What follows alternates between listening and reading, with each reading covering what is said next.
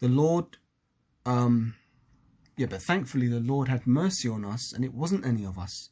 And therefore, because we didn't get involved, that wasn't our lot, you know. But the funny thing is, you guess what? You never guess what happened. As soon as this thing comes out, people in the street are watching. Everybody's watching. We're watching just like everybody else is watching. Some people are there trying to call ambulance for this man, saying, "Oh, there's a man. He's on the floor. He's not moving. He's got blood coming out of his head. Could you send an ambulance?" Guess what happened? Some fucking Hans Mole man looking motherfucker Jake come out the crowd with his mashed, scrawny ass little self, big ass glasses. If you don't know who Hans Mole man is, Hans Mole man's a character from The Simpsons. Just Google it. But he come out and he's like, "Look at you, you four men, for you don't know nothing. You don't know nothing. You don't know. You should have done something. You should have done something." And we're just looking at this guy like, why are you looking at us to have done something? We're just there to teach the Bible. We're not there to get in flipping fist fights, for the weapons of our warfare are not carnal. Yeah? But he, out of everybody on the high street, he starts pointing at us saying, you should have done something. You should have done something. So we're like, what about you? Why didn't you do something? And he's casting all his flipping vitriol and bile at us. And I just looked at that situation and thought to myself, you know what, man? That's the Spirit of the Lord. Of all the people he could have pointed to talk shit to, why is he talking shit to us? We didn't start the fight.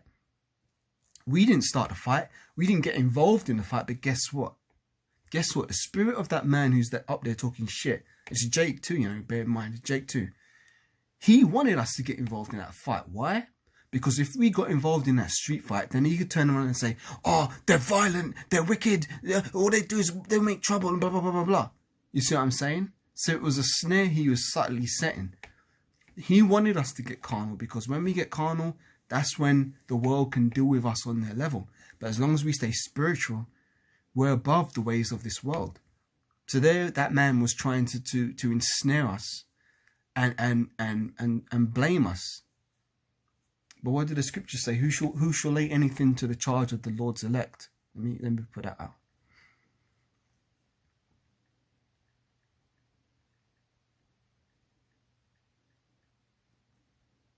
Yeah.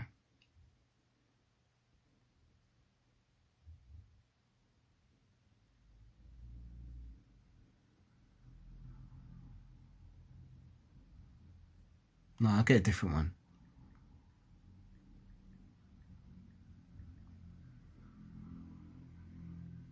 Yeah, let me get this. 1 Timothy 3 verse 3.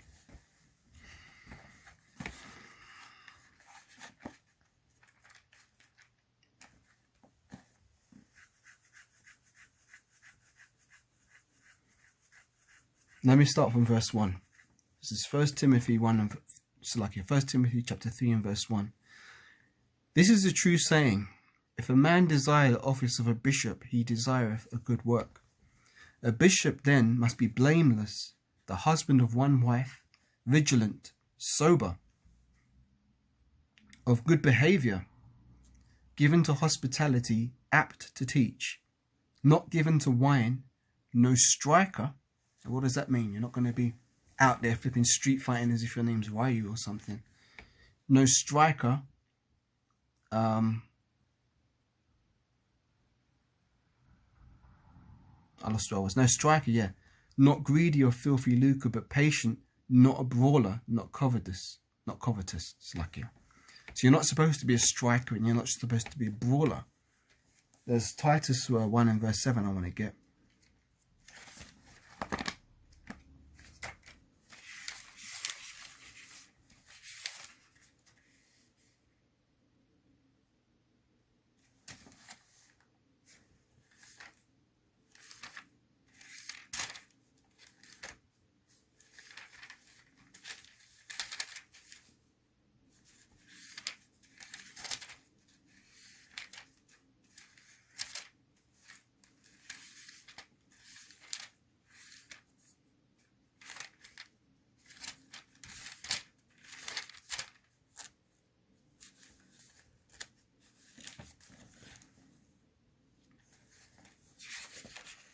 There we go. Yeah. Titus chapter 1 and verse 7, it says, for a bishop must be blameless and a steward of the Most High, not self-willed, not soon angry, not given to wine, no striker, not given to filthy lucre, but a lover of hospitality, a lover of good men, just, holy, temperate, holding fast the faithful word as he hath been taught, that he may be able to, by sound doctrine, both to exhort and convince the gainsayers. You know? So let me read that again. It's beautiful. This is Titus 1 and verse 7. For a bishop must be blameless as the steward of the Most High, not self-willed. Now, as an example, in that situation when that street fight broke out, if we were being self-willed, we could have jumped up and tried to separate those two who were fighting. But we're not supposed to be self-willed. We're supposed to meditate on the will of the Most High. Not self-willed, not soon angry, not given to wine, no striker, not given to filthy lucre, but a lover of hospitality, a lover of good men, sober, just, holy, temperate. You know, holding fast the faithful word as he hath been taught, that he may be able by sound doctrine to both exhort and to convince the gainsayers. So let me break this down. If we did get into a street fight with this guy to save this man who was getting beaten up,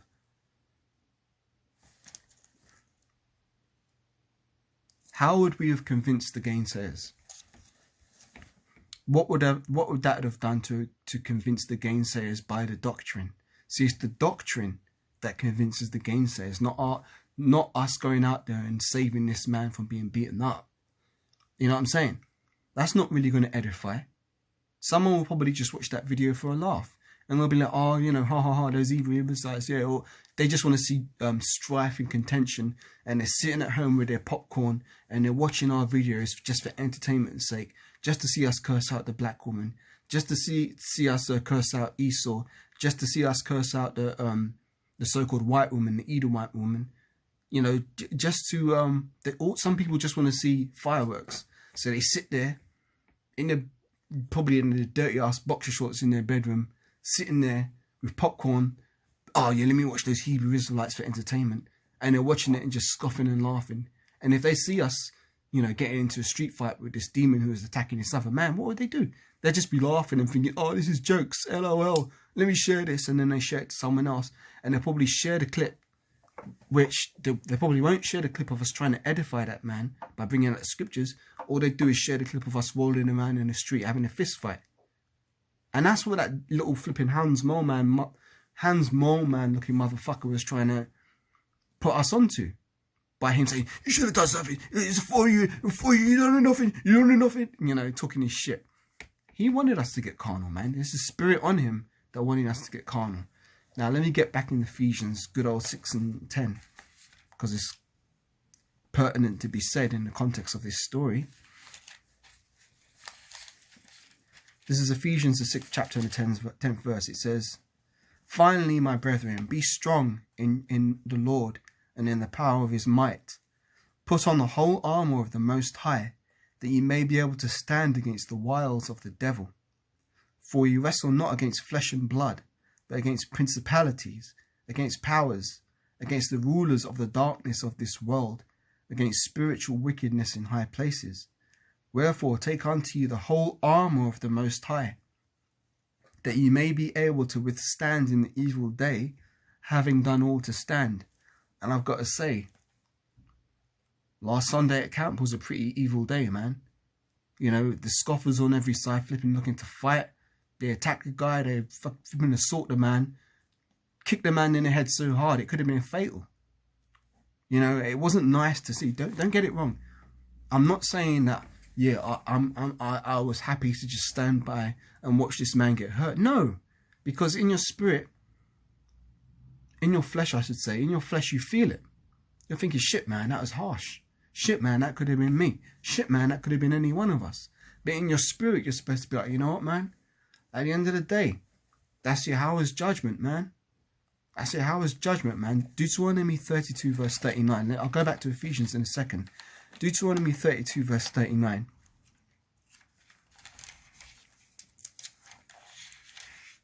It says,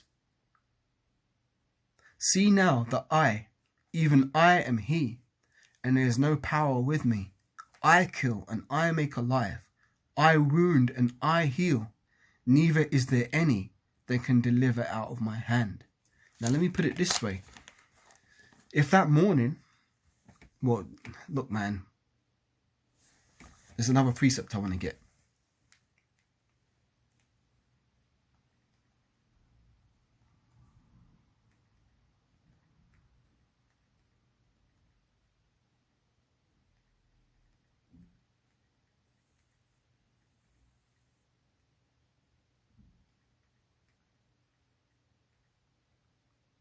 Yes, Job 33 I want.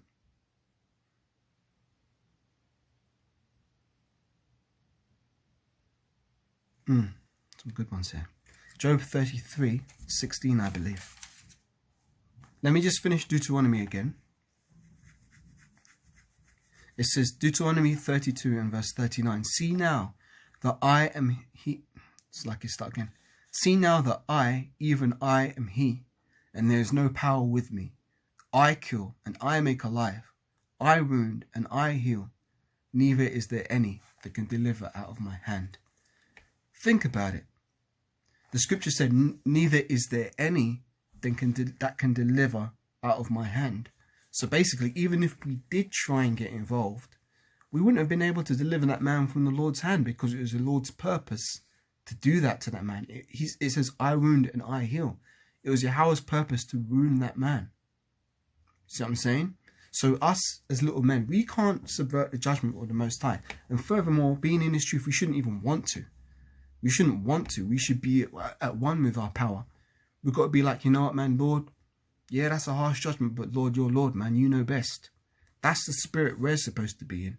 And God forbid, even if it did happen to us, you've got to be like, hey, you know what, man, Salakia Yahweh Hashem Yahshua, I don't know what I did to deserve it, but whatever I did, I'm sorry and I repent. And you're supposed to pray and you're supposed to fast. That's why you pray and that's why you fast, so that hopefully the Lord will have mercy on you and that you won't end up getting caught up in a street fight at camp. Guy knocks you on your knees, then boots you in your fucking face. Nearly a potentially fatal kick. You know what I mean? With none to deliver you from that judgment. That's why you fast. That's why you're supposed to pray. Because you've done sins that are worthy of death multitudes of times in this lifetime and in lifetimes past. There's no man who can stand around and say, hey, you know what, man, I have not sinned. Any man that says that is a liar. Because there's no way you're going to keep the law 100% perfect. The only one being that was able to keep the law perfect was Yahweh Shai. And remember what it said. Even though Yahweh Shai kept the law perfect in that lifetime, it was Yahweh's good pleasure to bruise him. To bruise him. How much more us? Let me try and gather my train of thought for a minute, because I went a bit deep into that one. Where was I going? Deuteronomy 32 verse 39. Job 33:17, yeah.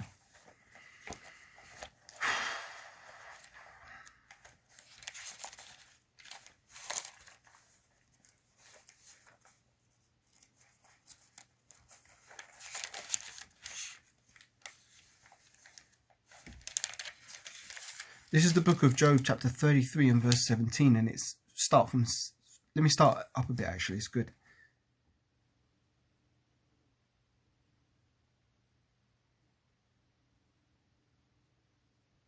Ooh.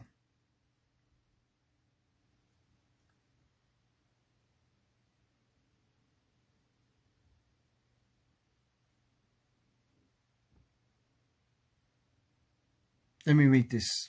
Job 33 and verse 12. Behold, in this thou art not just. I will answer thee that the Most High is greater than man. Why dost thou strive against him?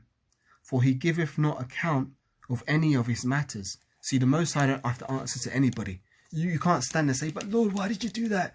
Lord, that wasn't right, man. That wasn't right. The Most High don't have to give account for his matters, because he's the Most High, man. Job 33 verse 12. Behold, in this thou art not just. I will answer thee that the Most High is greater than man. Why dost thou strive against him? For he giveth not account of any of his matters. For the Most High speaketh once, yea, twice, yet man perceiveth it not. In a dream, in a vision of the night, when deep sleep falleth upon men, in slumberings upon the bed, then he openeth the ears of men, and sealeth their instructions, that he may withdraw man from his purpose, and hide pride from man. So let me break this down. I went to sleep last night. When I was asleep, the Most High openeth my ears and sealed the instructions for every single thing that I was going to do today. For example, I just scratched my head, right? The Most High put the instructions that at, I don't know what the time is. Right, it's 8:30 here. The Most High sealed the instructions that at 8:30 on the dot, Caleb is going to reach up and he's going to scratch his head at that precise moment. The Most High sealed the instructions that, for example, you know, I told the earlier testimony of how I went to the shop and ended up seeing maybe 4 chariots in the sky. The Most High sealed the instructions last night when I was sleeping that, let me break it down more. I had a bath today. So the Most High set it up that in the instructions, okay, at 5:30 p.m, you're going to have a bath. At 6 p.m, you're going to step out your front door and you're going to look up. And at 6:01 and 22 seconds, you're going to see a chariot flying across the sky. At 6:22 and 22 seconds, you're going to reach in your pocket and try and find your phone. At 6:23 and 45 seconds, you're going to point your phone up in the sky, but you're not going to be able to see the chariot clearly. And then at let's say at 6:32, you're going to be walking back from the shop and you're going to look up in the sky and you're going to see a chariot. And at 6:34, you're going to look over to the left and you're going to see another few chariots.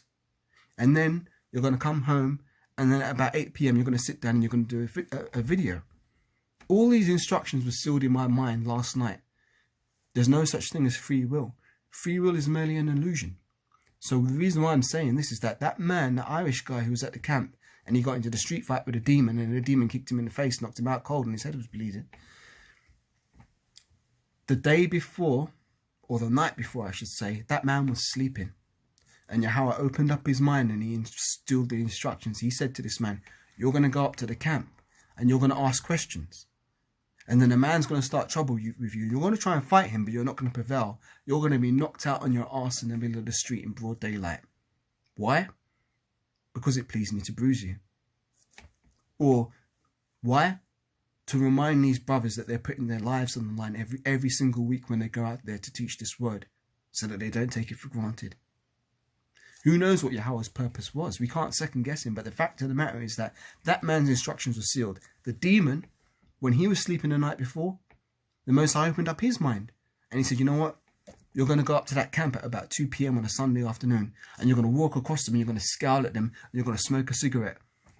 At 2:02 and 45 seconds, you're going to throw the cigarette on the ground. And you're going to walk up and you're going to try and get that man in a headlock. At 2:08, you're going to punch the man and he's going to fall on his knees.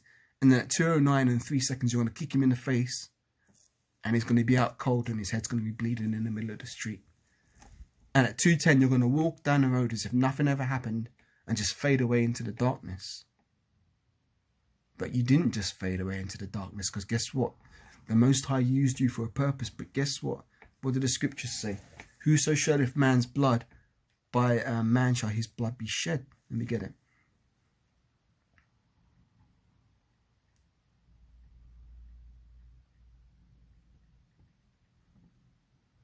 Yes, Genesis 9 and verse 6. That demon didn't get away with it. The Most High's got a judgment prepared for his ass. He just happened to prevail in that street fight that day. But guess what? He's marked. This is Genesis 9. The Most High's all about balance, man. Genesis 9 and verse 6. It says, whoso sheddeth man's blood, by man shall his blood be shed, for the image of the Most High made man. Let me read that again. I'm going to read up a bit, yeah? Genesis 10 and verse 5, and surely your blood of your lives will I require, at the hand of every beast will I require it. At the hand of man, at the hand of every man's brother, I will require the life of man. Here's the point. Genesis 9 and verse 6, whoso sheddeth man's blood, by man shall his blood be shed, for in the image of the Most High made he man. So that demon didn't get away scot-free, man. Yeah, the police might not have rounded him up that day, but guess what? Yahweh's marked that guy. He's got a judgment waiting for him. For all we know, he might end up catching a nuke. Or even worse, man. Who knows what judgment the Most High's got prepared for that man. But he used him for that particular point in time to bring judgment on the Irish guy who was asking the questions. Now, let me continue the story. Now, the main point I want to emphasize, and this is the point of this lesson, never take it for granted when you're at camp. Never think that, oh, you know what, the angels of the Lord are protecting us, we're all good. Yes, you pray for that. Yes, you hope for that. But your life is on the line every single time you go out there. To be honest, your life's on the line every time you go out your house anyway, because a tree could fall over and you die. A car could skid off the road and you die.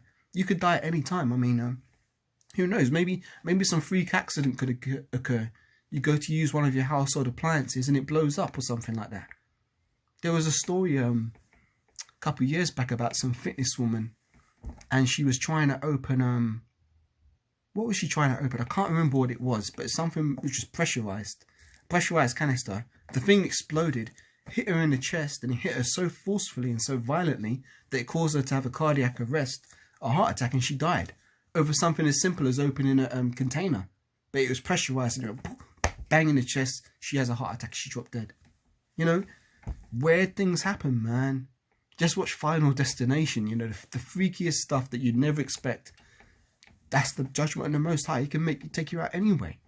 Now, the point of the matter is that you can never take it for granted when you're at camp, that your life is on the line, and you have to take this thing seriously. You can't be being lackadaisical in this thing and being like, oh, I've got to go to camp today, man. Oh, bring out precepts, man. Yeah, but my heart won't be in it, man. And I'm just going to stand there with my hands in my pocket, man, and I'm not really going to speak much. I'm going to let these other brothers carry the weight, man. Yeah, I'm doing the will of the Lord, man, because I was out here, man, and I'm amongst my boys, man. Yeah, we're in the truth. They're not. We're good. It's like I'm putting on that stupid-ass voice. But that's a slow, kind of like slothful spirit voice. You know, you're supposed to be vibrant in this thing, man. You're supposed to look forward to going to camp, man. You're supposed to look forward to having enough opportunities to teach this word, man. You're supposed to be on fire for this truth, man. Man. You know, that's the spirit you're supposed to be in. Lord willing, that's the spirit I'm in, and I pray that the Lord keeps me in this spirit, man. Because you can't be going there half-assed and putting in a lukewarm job, and then when the Lord brings judgment on your ass by either kicking you out of camp or bringing some terrible misfortune upon you, and then you're like, oh shit, man, I'm sorry, Lord. I'm sorry, Lord. Nah, man. You don't want to be waiting for the Lord to be bringing judgment on your ass for you to get right. You should be examining yourself every day to make sure you're trying to do your best to get right, so that the Most High doesn't have to bring a severe judgment on your ass. Because don't make no mistake about it, the Lord will bring a severe judgment on your ass if you ain't doing right, man. If you ain't doing right. This is why, you know, Apostle Gabar says being in this thing is worse than being in the mafia, because you're essentially handling the Lord's money. You know, and if you're fucking up the Lord's money, it's going to fuck you up, to put it bluntly. So the conclusion of the story is this. The guy's lying on the floor.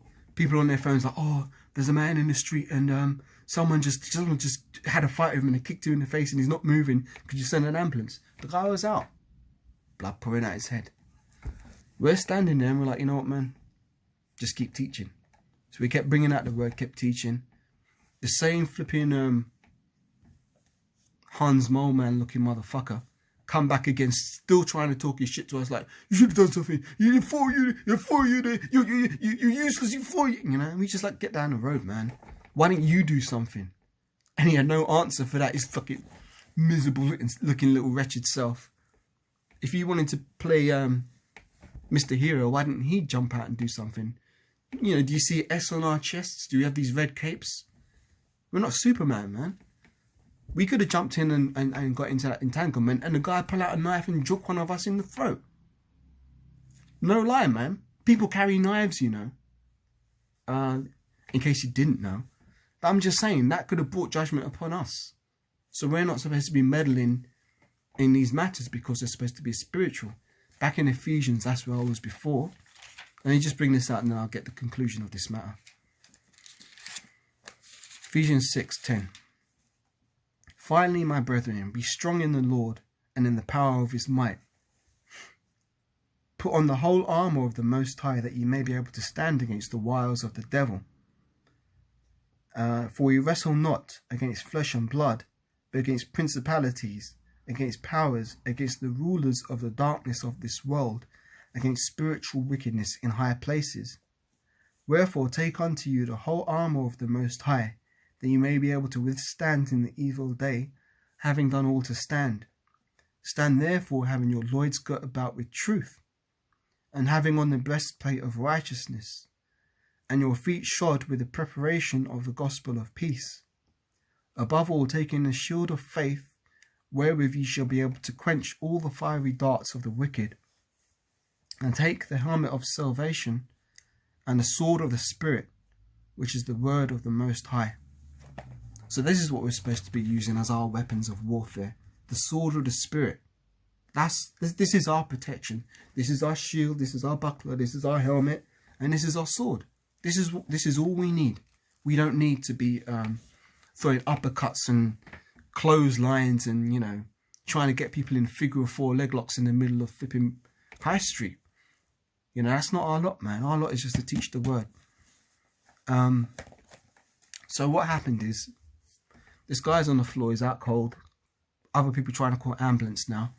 We just kept teaching. And eventually the guy came to. He woke up and you never guess what he did.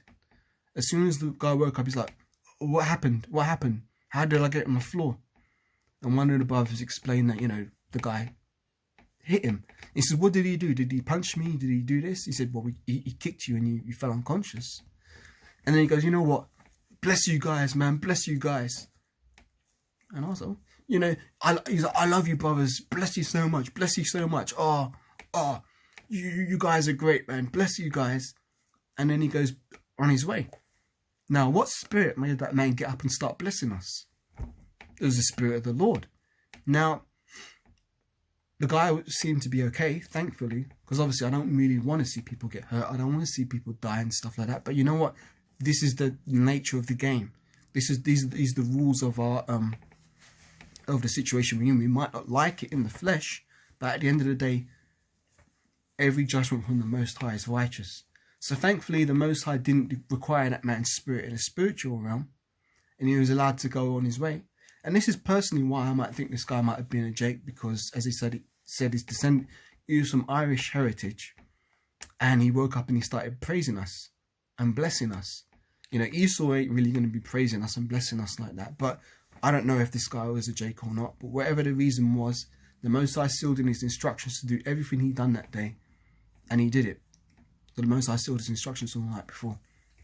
So, I'm going to end this little testimony story here. But the reason why I'm telling this story is because it's very interesting. Because in the last lesson I did, I was talking about how you just don't know what spirits are on these people. You know, a guy might look like he's normal 1 minute, then all of a sudden a demon jumps on him and he's ready to slit your throat. You don't know. That's why you've got to be wise as serpents and harmless as doves in this truth. And you can never take this truth for granted. And every day you go to camp, or whichever day you go to camp, you're putting your life on the line, because the scriptures said, present your bodies as a living sacrifice. So, you have to pray, man. You have to fast, man, to make sure that the Lord will have favour upon you and that he won't bring his judgment upon you, because that could have been any one of us. Any one of us at any moment. And it's just the Spirit of the Lord that protected us that day.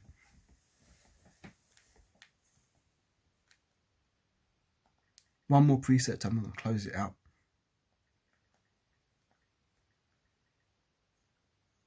Psalms 34 and verse 7.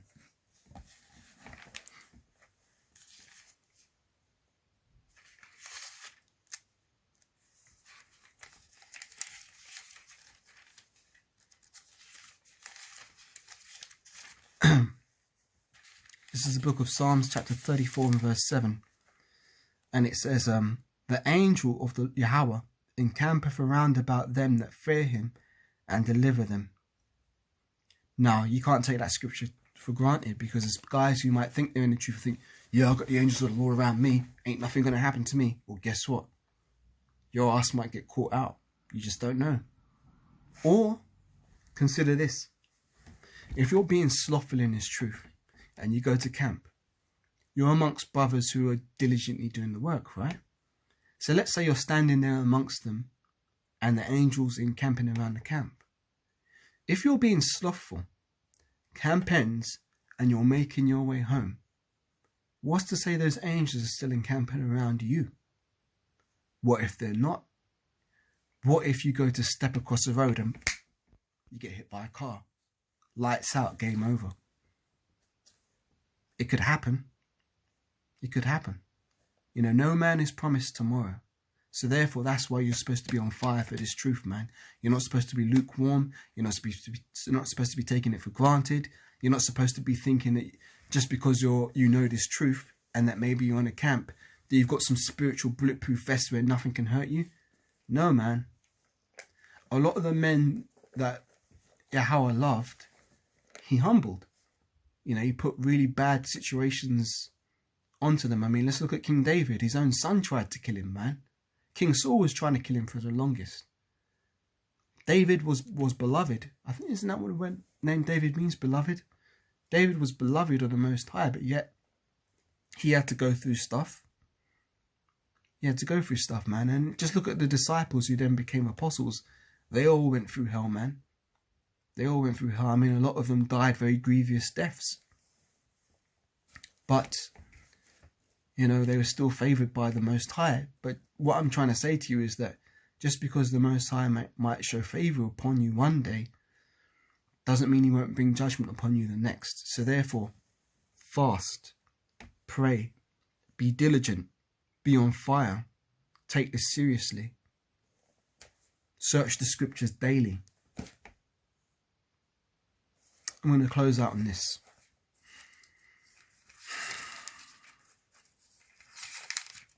And I've got to be honest, man. I mentioned earlier on in this lesson that I was doing a fast. Salakia, we're not supposed to, you know, broadcast, yeah, I'm fasting. But I'm only saying it for edification's sake. And I'm saying it because that situation at the weekend, you know what, that made me think, you know what, man, that could have been my ass, man. That could have been my ass, man. I need to pray that the Lord keeps me from that kind of fate.